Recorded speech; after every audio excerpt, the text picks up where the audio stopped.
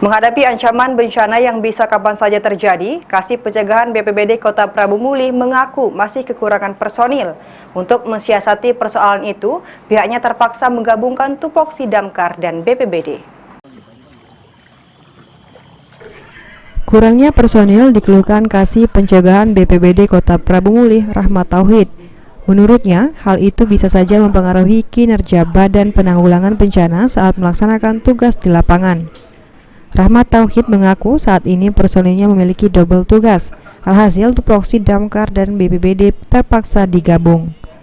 Sampai saat ini, jumlah personilnya baru mencapai 60 orang. Itu pun termasuk petugas damkar. Jika dilihat dari kebutuhan, Kasih Pencegahan BPBD mengatakan masih membutuhkan 30 anggota untuk satu kali piket dengan total 120 orang. Hitungan ini kebutuhan kurang anggotanya. Karena kan apalagi kita tergantung sama damkar kan gitu kan. Jadi kalau sekarang ini double tugas gitu.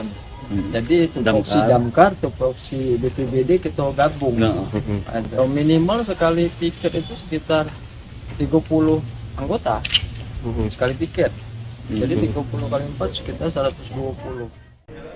Tak hanya kekurangan anggota, BPBD Kota Prabu Muli juga mengalami keterbatasan peralatan pendukung. Meski demikian, pihaknya tetap memaksimalkan sarana pendukung yang ada.